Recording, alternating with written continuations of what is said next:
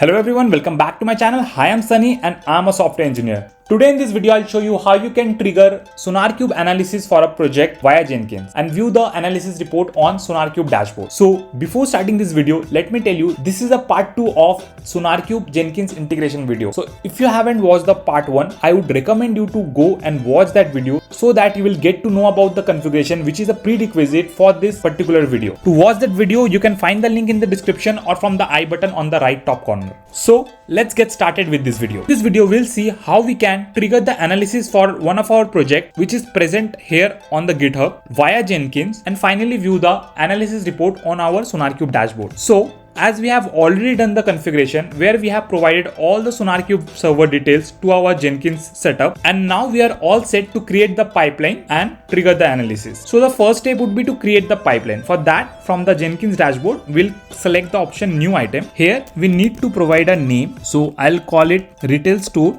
Jenkins project.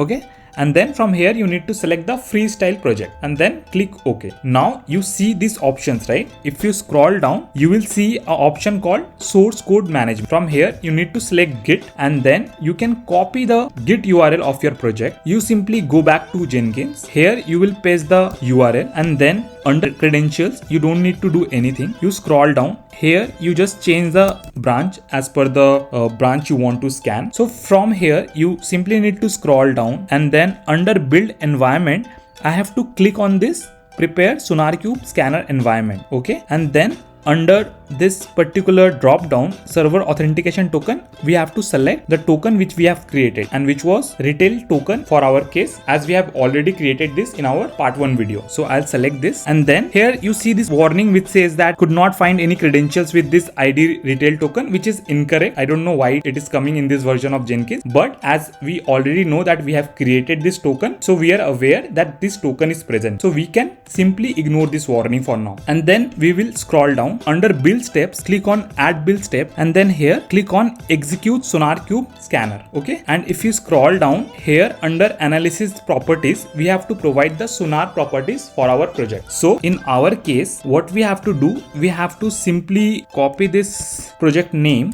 which is our project key as well. So let me show you what properties do we need to put here. Basically the Sonar properties, which is something like this: the Sonar project key, project name, project version, language, test, and sources path. So for us, the project key and the project name was retail store Jenkins project. Okay, as we have already seen this while creating the project. Now for the project version, I keep it as default 1, and then as my language for the code base is Java, I'll just select Java here. I'll just put Java here, and then I'll need to provide the source paths, and then we have to provide the path for the source code and the test. Okay, so this is src test Java and src main Java for me. Let me show you that on the GitHub project. So if you open my project, so let me first go to the main branch, and then here if you see, we have this src folder under which we have two folders, main and test. If you click on main, you will get a package called Java, inside which I have all the source code present. So for sources, I have used this path src main Java, and for test, I have used this path src test Java.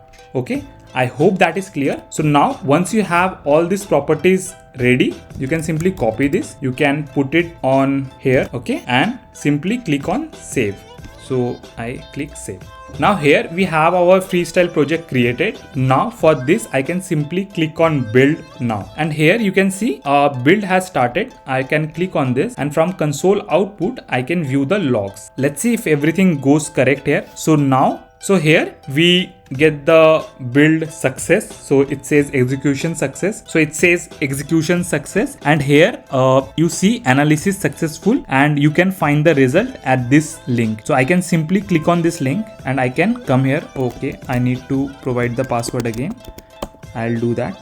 Yeah. So now as you can see here, we have this retail store Jenkins project report got created, and here as you can see, we can see there is one code smell, 0 bugs, 0 security vulnerabilities, 0 security review. The code coverage part is not coming here because I haven't set up for that right now. I have already made this video where you see how to analyze the code coverage of your project. That is in a different video. You can check out the SonarQube playlist from there. You will find that video. But for now, the focus was to trigger the analysis from Jenkins, right? As you can see, we have this report ready. And if you click on this code smells, you see this issue which is being highlighted with what is the issue, why is this an issue, and how can I fix it. All the details are present here. I hope you understood. Let me go to the homepage again. We have just analyzed this project, and as you can see, the last analysis time is 2 minutes ago. So this is how we basically can analyze any project which is present in some remote repository via Jenkins. Okay,